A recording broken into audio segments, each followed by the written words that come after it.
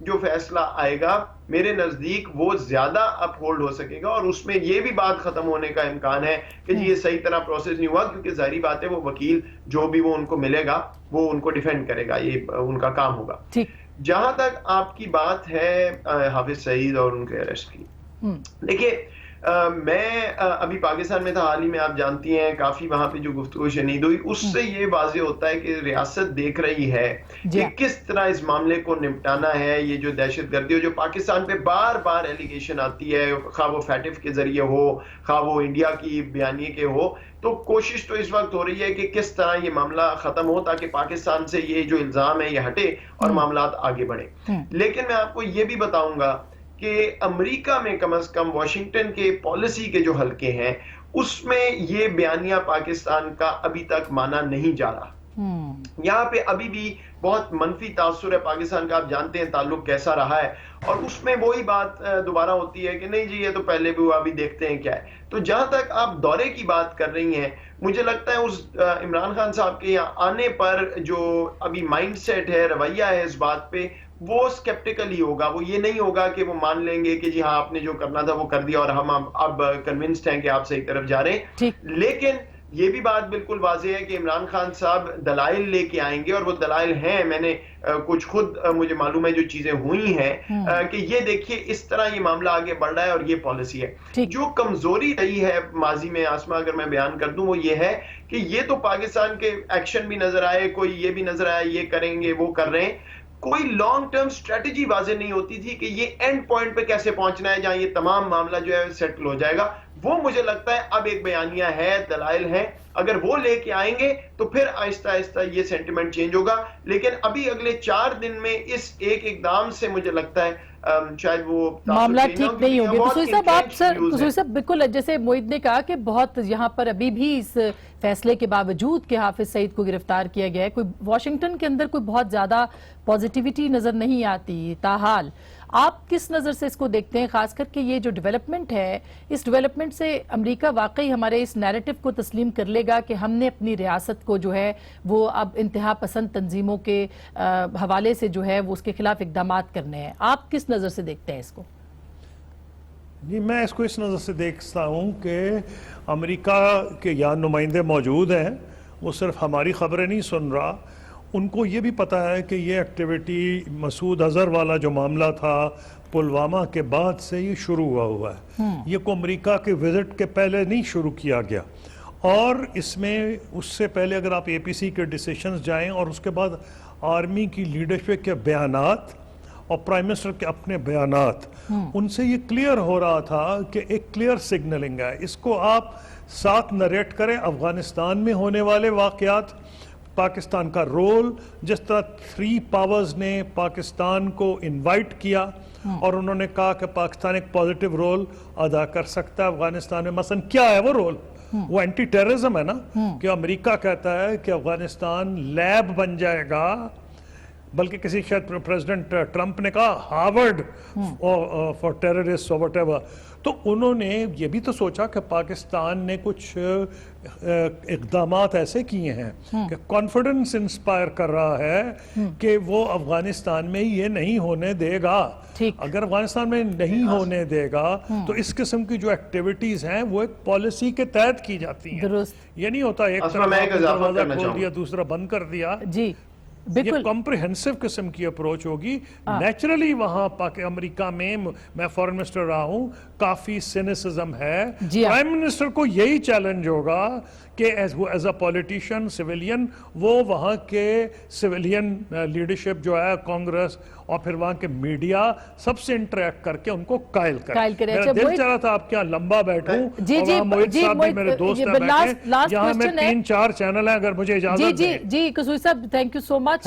معید یہی last question آپ سے بھی ہے جی کہ آپ کیا سمجھتے ہیں کہ افغانستان کے حوالے سے اور ہندوستان کے حوالے سے اور جو الزامات ہم پہ ہیں انٹرنیشنل لیول کے اوپر بھی اور خود امریکہ کی طرف سے، اس دورے میں آپ کو کیا لگتا ہے کہ پاکستان وہ کانفیڈنس دے سکے گا دنیا کو، خاص کر کے افغانستان کے حوالے سے، کہ ہم کہہ سکیں کہ کامیاب دورہ ہوگا؟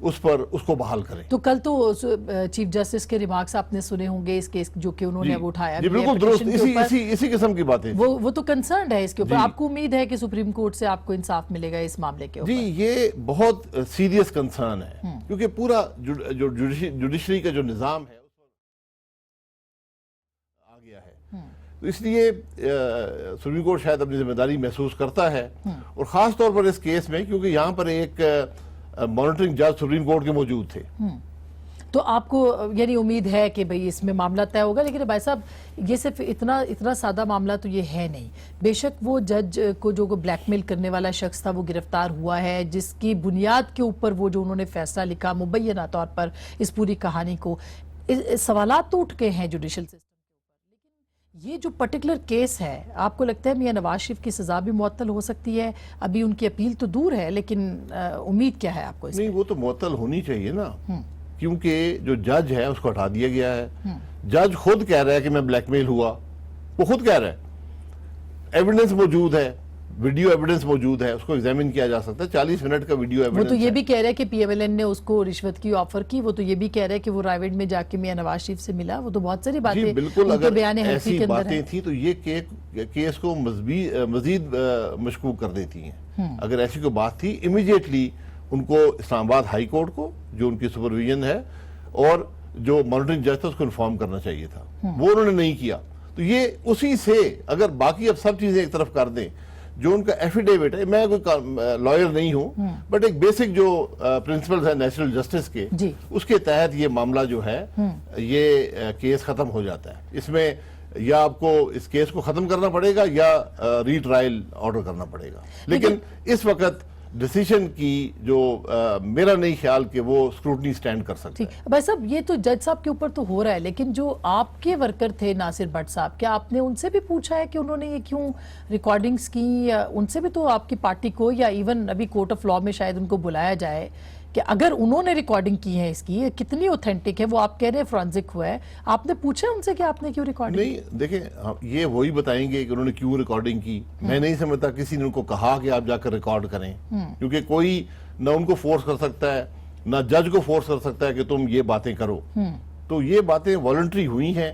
ریکارڈنگ بھی جو ہے وہ بھی ایک شخص نے کی ہے, کیا اس کے مقاصد ہے وہی بتا سکتا ہے. ہمیں تو وہ ایویڈنس آیا تھا, ہم نے اس کو رکھ دیا پاکستان کے عوام کے ساتھ. ویسے یہ طریقہ کار کہ آپ کو درست لگتا ہے کہ اگر کوئی آڈیو ویڈیو ہاتھ لگتی ہے تو اس کو پریس کانفرنس کے اندر بیٹھ کے چیلنج کیا جائے اور اس کو بتایا جائے؟ اس کے بہت سارے اور لیگل طریقے نہیں تھے کہ اس کو آپ آزما سکتے, نہ کہ ایک پولیٹیکل جو ایک ایونٹ ہے اس کو کریٹ کیا جاتا؟ نہیں, یہ پولیٹیکل ایونٹ نہیں تھا, ایک ایویڈنس تھا, اس کو ہم نے رکھ دیا عوام کے سامنے, کیونکہ یہ سب کیسز پولیٹیکل ہیں. جو شخص ہے وہ 3 دفعہ ملک کا وزیر اعظم ہے, وہ کیس بھی سارا پولیٹیکل ہے, اس کا ایویڈنس بھی پولیٹیکلی آیا, وہ رکھ دیا گیا. اب جو کوسچن ہے وہ پورے لیگل پروسیس اور جوڈیشل پروسیس پر ہے. اسی یہ ایک شخص کی بات نہیں تھی کہ ہم ریلیف لے لیتے. اب تو پورا معاملہ کوسچن ہو رہا ہے, اس لیے ضروری تھا کہ اس کو پبلک ڈومین میں لے جایا جائے. ہم نے اس پر بات کی اور ہم نے یہی سمجھا کہ اس کو پبلک ڈومین میں لے جاتے ہیں, عوام کے سامنے رکھتے ہیں, کورٹس کے پاس اختیارات ہیں کہ وہ خود نوٹس لے لیں اور اس پر کوئی فیصلہ کریں, تاکہ عوام کا جو اعتماد ہے جوڈیشری پر اور جو ساکھ ہے جوڈیشری کی وہ بحال ہو سکے. تو اب تو مریم بی بی کو بھی بلا لیا گیا ہے, ان کا جو کیس جو سزا ان کی سسپینڈ ہوئی تھی اس کے اوپر ان کو دوبارہ بلایا گیا ہے. پروبیبلی 19 تاریخ کو وہ یہاں آ رہی ہیں. دفعہ 144 کا بھی نفاذ ہو گیا ہے. کیا ان کے آنے کے لیے آپ کے خیال میں دفعہ 144 کا نفاذ کیا گیا؟ میں کچھ کہہ نہیں سکتا ہوں, میں نے سنا ہے, آج مجھے کچھ جرنلسٹ پوچھ رہے تھے, میں نے کہا مجھے علم نہیں ہے, لیکن اسلام آباد میں دفعہ 144 عام طور پہ لگتی نہیں ہے, تو بہرحال ہو سکتا ہے اسی وجہ سے ہو. لیکن وہی بات وہی ہے کہ جب تک یہ معاملہ کلیئر نہیں ہوتا, یہ جو سارا ایویڈنس ویڈیو ایویڈنس آیا ہے اور جو جج کا کنڈکٹ رہا ہے, تو میرا خیال ہے کہ مریم صاحبہ کو بلانا کسی کیس میں انہی کورٹس کے اندر جن کا جو پریشرز ہیں, ان کی جو بلیک میل کیا گیا, وہ مناسب نہیں ہوگا. بہرحال جو عدالتوں کے فیصلے ہیں ہم نے ہمیشہ ان کا احترام کیا ہے. کیا ہوگا یہ ہم ضرور جانیں گے اگر مریم نواز کی سزا جو کہ سسپینڈ ہوئی ہوئی ہے، جس کے اوپر نیب جو ہے وہ 30 ڈیز کے اندر اندر دوبارہ عدالت سے رابطہ کر سکتا تھا، جو نیب نے نہیں کیا. اب اگر وہ جا رہے تو کیا یہ قانون کے خلاف ہے یا نہیں ہے، یہ ایک بہت ہی اہم سوال ہے. لیکن اگر سزا دوبارہ بحال ہو جاتی ہے تو مریم نواز ظاہر ہے کہ دوبارہ گرفتار ہو سکتی ہیں. اس کے بعد سچویشن کیا ہوگی اور پی ایم ایل این کے اندر کی سچویشن کیا ہے، اس پہ بھی بات کریں گے. اور چیئرمین سینٹ کے اوپر اپوزیشن کا نمبر گیم کیا ہے اس پہ بھی بات کریں گے. بریک کے بعد آپ ہمارے ساتھ رہیے گا.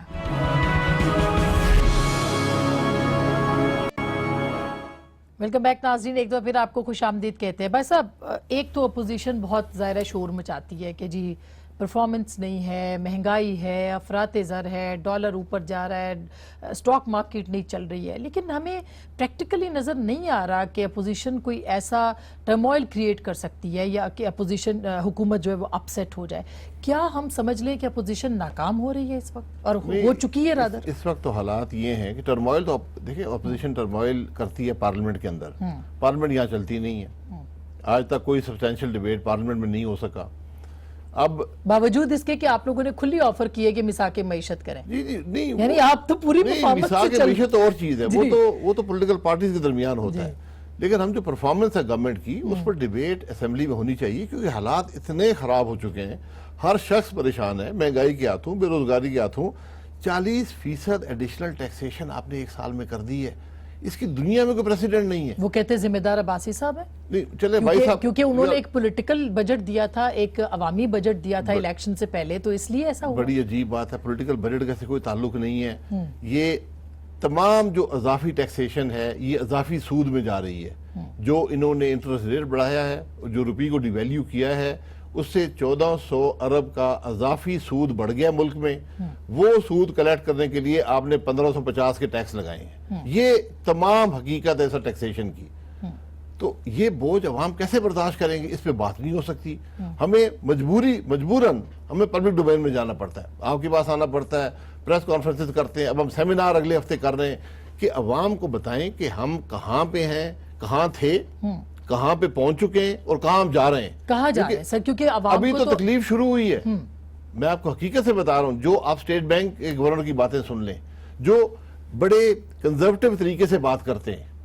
اسٹیٹ بینک کا گورنر ہمیشہ وہ کوئی چیزوں کو زیادہ ایگزیجریٹ نہیں کرتے یا ان کو تو نہیں بتاتے، حقیقت ہے، لیکن وہ ذرا اس کو ایک گارڈڈ الفاظ میں. تو انہوں نے جو بات کی ہے بڑی خوفناک بات ہے کہ جو افراط زر ہے جہاں پہ ہمارا خیال تھا اس سے بھی زیادہ ہوگا.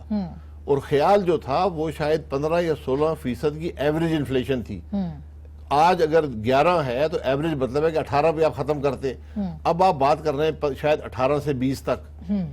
یہ بڑی خوفناک بات ہے. ہمارے ملک میں کبھی اس قسم کی انفلیشن نہیں ہوئی. تو پھر بھائی صاحب آپ کیا دیکھ رہے ہیں؟ دیکھیں نا، اپوزیشن آواز بنتی ہے. اگر اپوزیشن عوام کی آواز نہیں ہے، ان کے مسئلے مسائل کو ہائی لائٹ کرنے میں ناکام ہو رہی ہے، پارلیمنٹ کے اندر بھی پارلیمنٹ کے باہر بھی، تو پھر عوام کیا کریں گے؟ پھر دیکھیں عوام سڑکوں پہ آ جائیں گے. جب ان کے دکھ کا مداوع نہیں ہوگا، جب ان کے بارے میں بات کرنے والا کوئی نہیں ہوگا، تو پھر انارکی آتی ہے. اسی لیے ہم چاہتے ہیں کہ سارا معاملہ پولیٹیکل پروسیس کے اندر رہے. پارلیمنٹ ہی جگہ ہے. آج ضرورت اس بات کی ہے کہ پارلیمنٹ کو چلائیں، صبح سے شام تک چلائیں. اگر پیسے کی بات ہے تو کوئی بندہ ڈیلی الاؤنس نہیں لے گا، چھوڑ دیں اس کو. اگر آپ کو پیسے کہتے ہیں پیسے بڑے خرچ، چھوڑ دیں پیسوں کو. کوئی وہاں پیسوں کا بھوکا نہیں ہے. آپ ڈیبیٹ کرائیں ملک کے ایشوز پر، عوام کو کمفرٹ دیں، عوام کو اعتماد دیں اس پروسیس پر کہ ہمارے نمائندے ہماری بات کر رہے ہیں. یہ آپس میں لڑتے جھگڑتے نہیں، گالیاں نہیں دیتے. یہ ایکچوئل جو ہمارے ایشوز ہیں ان پر بات کر رہے ہیں کہ کیسے حل کیا جائے. یہاں پر حکومت نہیں آتی. یہ پارلیمنٹ کا پروسیس حکومت چلاتی ہے. آج حکومت ہی اس کو دبا رہی ہے، حکومت اس کو روک رہی ہے. مگر دیکھیں ٹیکسیشن کا ایک ڈاکیومنٹیشن کا پروسیس تو انہوں نے شروع کیا ہے، لائک اٹ اور ناٹ، لیکن یہ کرنا ضروری تھا. یہ الگ بات ہے کہ اب شبر زیدی صاحب کو ہٹانے کی باتیں بھی منظر عام پہ آ رہی ہیں کہ شاید ان کو ہٹا دیا جائے گا. آپ کیا سمجھتے ہیں کہ اگر کہ چیئرمین ایف بی آر کو ہٹا دینے سے، کسی اور کو لگا دینے سے ڈاکیومنٹیشن ہو جائے گی یا یہ مشکل مرحلہ ہے؟ آپ کس طرح سے اس کو دیکھتے ہیں؟ دیکھیں یہ پوزیشن مذاق نہیں ہوتی کہ آپ آج شاید چوتھا کہ 5واں چیئرمین ایف بی آر لگا رہے ہیں. یہ اس طرح کام نہیں چلتا، کیونکہ ایک شخص آتا ہے، وہ اپنی ویژن، کام تو قانون کے مطابق ہوتا ہے، جو فائنانس بل پاس ہوتا ہے یا حکومت کی پالیسی ہوتی ہے، لیکن اس کو امپلیمنٹ کرنے والا بھی اپنی ایک سوچ لے کر آتا ہے، وہ اس کو لے کر آگے جاتا ہے۔ شبر زیدی صاحب پرائیویٹ سیکٹر سے آئے تھے، ان کی اپنی ایک سوچ تھی، میں اسے اتفاق کروں یا نہ کروں۔ ابھی تک ہے ویسے وہ چیئرمین؟ جی نہیں ٹھیک ہے، نہیں ہم تو کہتے ہیں وہی رہیں، ہاں وہ بہت اچھے انسان ہیں۔ نہیں انسان اچھے ہوں گے، میں ان کی بہت سی باتوں سے ایگری نہیں کرتا، وہ علیحدہ بات ہے، لیکن وہ امپلیمنٹ کریں، وہ ڈیلیور کریں۔ اگر آپ تبدیل کر دیں گے، ایک نیا شخص آئے گا، اس کی کیا اونرشپ ہوگی اس ویژن سے جو شبر زیدی صاحب کی سر تھی؟ آپ یہ تو مانیں کہ کوئی بھی عام پولیٹیکل گورنمنٹ ہوتی تو اس کے لیے پہلے 6 مہینے کے اندر ہی وزیر خزانہ کو تبدیل کر دینا آسان نہ ہوتا، اس کے لیے چیئرمین FBR کو تبدیل کر دینا آسان نہ ہوتا، بہت سارے اہم لوگوں کو تبدیل کر دینا آسان نہ ہوتا، لیکن عمران خان کی حکومت بہرحال یہ کر رہی ہے، تو اس کا مطلب ہے کہ وہ ٹاسک کو دیکھ رہے ہیں جس کا کہ ثمر شاید ان کو بہت بعد میں ملے گا۔ نہیں میں یہی کہہ رہا تھا کہ یہ عام پولیٹیکل حکومت نہیں ہے، یہ ایک سلیکٹڈ حکومت ہے، اس لیے یہ ہر کام کر سکتی ہے، کوئی حکومت یہ کام نہیں کرتی۔ آپ جب اپنی اکنامک ٹیم لاتے ہیں، وہ تیاری کر کے آتی ہے، آپ اس کی پالیسیز کو اپروو کرتے ہیں، وہ امپلیمنٹیشن شروع کرتی ہے، آپ ہر روز بدل دیں گے اگر اکنامک ٹیم کو تو کون ڈیلیور کرے گا؟ اب جو چیئرمین آئے گا اس کی کوئی اونرشپ نہیں ہے۔ آپ نے جو شبر زیدی صاحب نے ٹارگٹس قبول کیے وہ انپریسیڈنٹڈ ہے پاکستان کی تاریخ میں، کہ آپ نے 40% ایڈیشنل ٹیکسیشن، آپ اس مالی سال میں اتنا ٹیکس کلیکٹ نہیں کر سکے جو آپ نے پچھلے مالی سال میں کیا تھا، یہ بھی حقیقت ہے، باوجود اس کے کہ آپ کو 11% پورٹ سے زیادہ پیسے ملے، کیونکہ ہمارے آدھی جو ٹیکس ہے وہ پورٹ سے آتا ہے، تو ان کو وہ بھی پیسے، اس کے باوجود بھی آپ 2018 کے ریونیوز کو نہیں پہنچ سکے۔ اب آپ کہہ رہے ہیں کہ ہم اس سے بھی 40% آگے جائیں گے۔ انفلیشن یقیناً آپ کی مدد کرے گا، انفلیشن سے آپ کے ٹیکس ریونیوز بڑھ جاتے ہیں، آپ نے ایڈیشنل ٹیکسیشن میجرز بھی کیے ہیں، یعنی مہنگائی کر دینے سے حکومت کو پیسے تو مل پیسے جائیں زیادہ گے، ملتے ہیں، لیکن عوام کا کیا ہوگا وہ کسی نے عوام کا نہیں کیا سوچا ہوگا اس یہ کسی نے نہیں سوچا، تو پھر آپ وہ کو یہ کیا عوام مطلب کیسے آپ کو وہ ٹیکس نظر- دیں گے، جی یا وہ اکانومی جو گرو ہی نہیں کر رہی، جو ان ٹیکسیشن میجرز اس گروتھ کو بھی ختم کر دیں گے، تو پھر کیسے آپ ٹیکس کلیکٹ کریں تو گے؟ سر آپ کو پھر کیا نظر آ رہا ہے؟ I mean کہ اگر ہماری GDP نیچے چلی جائے گی، ہمارے سرمایہ کاری نہیں آ رہی ہے، ہمارا ڈالر ریٹ اور بڑھ جائے گا، ہمارے جو انٹرسٹ ریٹ ہیں وہ بڑھ گئے ہیں، تو پھر آپ کو کیا نظر آ رہا ہے؟ پھر تو کون ہے جو اس اکانومی کو سنبھال پائے گا؟ آپ میں تو یہ کہہ فریش رہا ہوں، الیکشن کی یہ بات کرتے ہیں۔ معیشت کی تباہی ہے، اور یہ من و ان جو IMF سے ایگریمنٹ کیا ہے، جو بھی وہ بھی انپریسیڈنٹڈ ہے، اور میں پورے دعوے سے کہہ سکتا ہوں IMF کو بھی پتا ہے کہ یہ امپلیمنٹیبل نہیں ہے، لیکن ہم نے کر لیا، پتہ نہیں کیوں کیا۔ تو اگر اب وہ ہم implementable نہیں ہوگا تو کیا ہوگا؟ امپلیمنٹ کرنے کی کوشش کر رہے ہیں کہ ہم یہ کریں گے۔ اگر جب آپ فیل ہوتے ہیں، باوجود اس کے کہ آپ نے عوام پہ اتنا بوجھ ڈال دیا، آپ نے گروتھ ختم کر دی، تو پھر آپ کیا کریں گے اس کے بعد؟ یعنی آپ یہ سمجھ رہے ہیں کہ IMF کا جو پیکج ہے اس کے اوپر عمل درآمد نہیں ہو پائے گا، IMF کی شرائط پہ بھی، اور وہ جو پیسے وہ ہمیں دے رہے ہیں اس پہ بھی عمل درآمد نہیں ہو پائے گا۔ دیکھیں یہ جو بجٹ ہے یہ ریفلیکشن ہے IMF سے آپ نے جو معاہدہ کیا ہے، یہ IMF کے معاہدے کی ریفلیکشن، ہم اتنا ٹیکسیشن نیا کریں گے، اتنے ٹیرفز بڑھائیں گے، یہ سب کچھ انٹرسٹ ریٹ بڑھائیں گے، یہ سب کچھ کر رہے ہیں۔ اب اس سے ہمارا یہ خیال ہے، ہو سکتا ہے میں غلط ہوں، کہ یہ ٹیکسیشن کلیکٹ نہیں ہوگی، آپ کی گروتھ کم ہو گئی ہے، یہی بات اسٹیٹ بینک کے گورنر بھی کہہ رہے ہیں، اور ایک کلاسک جو اسٹیگفلیشن ہوتی ہے، stagnant economy and high inflation, اس سناریو میں آپ چلے گئے ہیں، اور یہ بڑا ویشس سائیکل ہے کہ اگر گروتھ نہیں ہوگی تو ریونیوز کہاں سے آئیں گے، انفلیشن زیادہ بڑھے گی، اس کے یعنی گروتھ کو فکس کریں گے انفلیشن بڑھ جائے گی، انفلیشن کو فکس کریں گے گروتھ کم ہو جائے گی۔ لیکن اب آپ ایسی صورت میں مریم بی بی رابطہ مہم شروع کریں گی اگر ان کے خلاف کوئی فیصلہ نہیں ہوتا، اور آپ جو ہیں سڑکوں کے اوپر ہوں گے، یہ رابطہ مہم جو ہے وہ کب سے شروع ہو رہی ہے اور کب تک آپ اس کو دیکھ رہے ہیں کہ یہ چلے گی؟ دیکھیں ہماری رابطہ مہم شروع ہے، ہم نے پچھلے ہفتے بھی 9 ضلعوں میں ورکر کنونشن کیے جو جلسے بن گئے، اور اس میں ابھی نہ پارٹی کے صدر تھے نہ ہی مریم صاحبہ کے اور لیڈرز میں آیا، اس میں میں اور جو سیکرٹری جنرل ہیں احسن اقبال صاحب، ہم دونوں تھے، 9 ضلعوں میں گئے اور بے پناہ وہاں پر رسپانس تھا، ورکر کا بھی، عوام کا بھی. اور ابھی جو ہمارے صدر ہے رانا ثناء اللہ صاحب وہ جیل میں ہیں، اس کے باوجود بھی اس قسم کا رسپانس ہے. اس سے تو آپ کو کافی زیادہ وہ فائدہ بھی حاصل ہو رہا ہے. لیکن سر لاسٹ کوسچن یہ ہے کہ اگر یہ چیئرمین سینٹ آپ نہیں ریموو کروا سکتے تو پھر تو آپ کبھی کچھ بھی شاید ایک بہت ہی غلط میسج جائے گا اپوزیشن کی طرف سے. چیئرمین سینٹ اگر ریموو نہیں ہوتا تو بہت ہی غلط میسج جمہوریت کے لیے جائے گا. اور آپ اس پوزیشن میں ہیں کہ ان کو ریموو کر سکیں؟ میں ریموول سے میرا غرض ہی نہیں ہے، میں تو جمہوریت کی بات کر رہا ہوں کہ اگر نمبر اس وقت پورے ہوں گے چیئرمین سینٹ کے حق میں جب حکومت ایک بڑے پیمانے پر خریداری کرے گی سینٹ کے ممبران. آپ کو لگتا ہے کہ ایسا ہونا شروع ہو گیا؟ دیکھیں یہ کوشش پہلے بھی ہوئی ہے اور آج بھی وزیر اعظم خود کہہ رہا ہے، میٹنگز کر رہا ہے اور کہہ رہا ہے جی میں تو نہیں چھوڑوں گا، میں تو خریدوں گا ممبر. بھائی پارٹیز کے ممبرز بڑے کلیئر ہیں، جب پارٹیز اکٹھی ہو گئیں انہوں نے فیصلہ کر دیا اور ان کے پاس 2/3 ممبرز تقریباً ان کے پاس ہیں، تو آپ کیسے کیا